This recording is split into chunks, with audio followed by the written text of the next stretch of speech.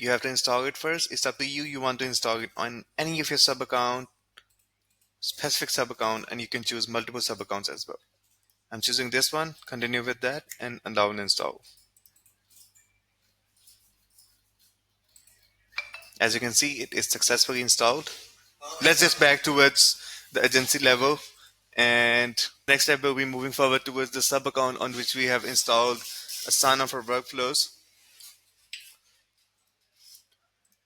Let's just choose this one. And here we have to configure Asana for workflows. Here we are.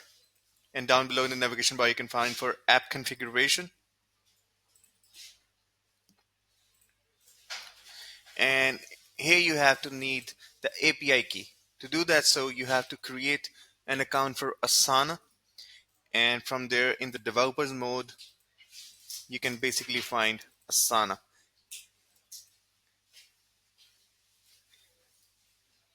Here you have to need the API key. Let me show you how to do that as well. Here we are. If you have already set up your Asana account, you can just find for the API key on Google. And from here, you can be easily finding the API key. From here, developers console. And from there, create new token. You can just name it. Let's suppose I'm just naming this one and after that you can just copy this API key and paste it there in the configuration to just integrate your Asana for workflows into your builder. Let me show you how to do that as well. Copy this one, and in a while it's just loading. Yeah, here you can just paste it. As you can see, it is successfully configured now. Let's move forward towards the automations. To create a workflow to check on the actions are working correctly or not, head towards the executions. For the automations in the navigation bar, create a workflow and start from scratch. Here we are in the builder. Let's just create a new action. Find for Asana.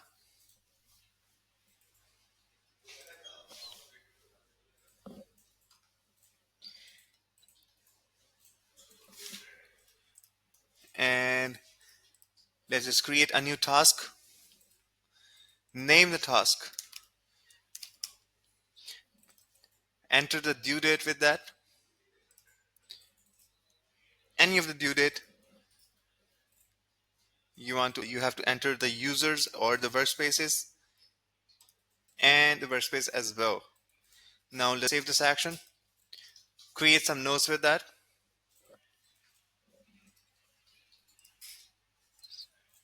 Find for custom fields, and down below you can find for Asana for workflows, and you can just enter some text with that.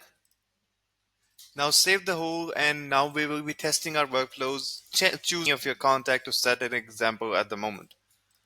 And head towards the execution logs, and in a moment it will be executed for sure. Yeah, both of these actions are executed successfully.